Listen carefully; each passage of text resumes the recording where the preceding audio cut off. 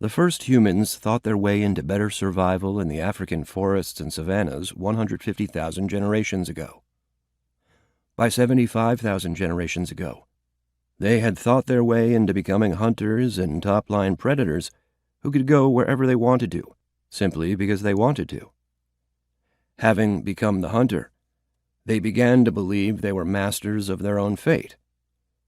This was the dawning of humanity's sense of manifest destiny and the illusion of control.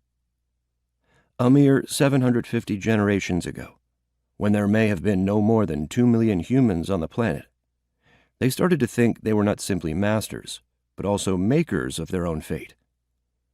They mistakenly believed that what happened in the past was irrelevant, because they could make their own future as they wanted it. They stopped relying on their ability to anticipate the future based on past experience with nature. They abandoned a biological way of life for a socioeconomic one based on permanent sedentary living and agriculture. That was the Great Transition. The rise of high-production agriculture that reset local carrying capacity and emergence of agro-urban centers with migrating people filling that capacity characterized the Great Amplification 500 generations ago. Humans began to have a significant impact on their local surroundings that rebounded to impact a global population, estimated to have been about 4 million people. Just 50 generations later, our ancestors made themselves unusually vulnerable to environmental perturbations by deciding they would not leave their cities, no matter how desperate local conditions became, and would continue to grow those cities as much as possible.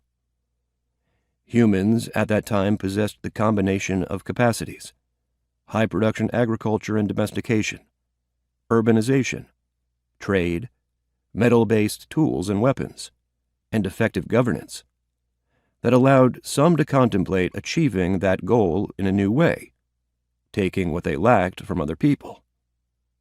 Once they imagined that way of life, people whose names will never be known embraced it and convinced enough people to go along with the vision to create a new behavior: warfare. The idea of living at the expense of others using violence spread widely and rapidly, creating the Great Tragedy.